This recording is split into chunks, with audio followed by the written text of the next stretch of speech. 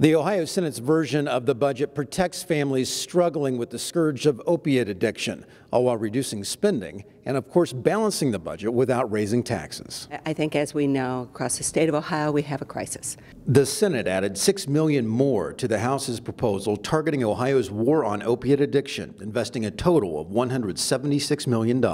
Children's Services weighed in, and they called many of us and said, we need money. The Senate responded, recognizing the strain on families struggling with addiction with small children caught in the middle. More kids are going into foster care, kind of really sad, so we put $60 million into that. A lot of that money also goes to the kinship care, which is, we've talked to grandparents that are now having to raise their grandchildren, and they need help. The Senate school funding plan invests in growing districts statewide while protecting most districts suffering enrollment losses from losing large amounts of their funding. In a challenging budget, we were still able to make education a real priority. In fact, 534 districts have been protected from any losses in our budget, and many of them will receive increases. And we know that if we do a better job in the state budget, that helps protect local property taxpayers back home.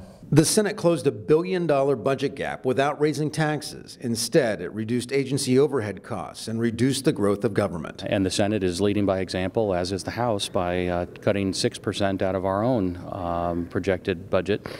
What we really tried to do was focus on balancing the budget, being fiscally responsible, while still providing the targeted investments to the issues that matter most to Ohioans, and still providing the services that Ohioans need and deserve. Which is a fiscally responsible, balanced budget. Well, the Ohio Constitution requires that we pass a balanced budget every 2 years, and for that reason, and because it's sound fiscal management, our first priority is to make sure that this budget is balanced.